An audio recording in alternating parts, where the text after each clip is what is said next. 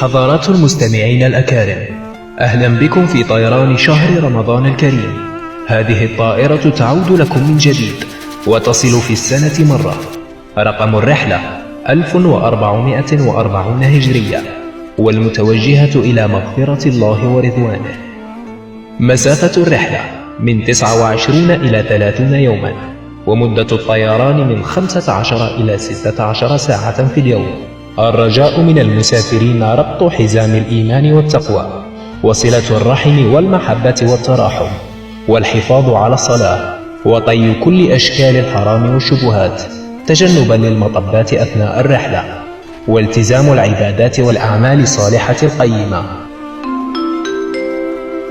تنويه مهم لحضرات المسافرين: هذه الرحلة لا بد أن تكون خالية من المعاصي والدخان والشبهات، تجنبا للمطبات أثناء الرحلة.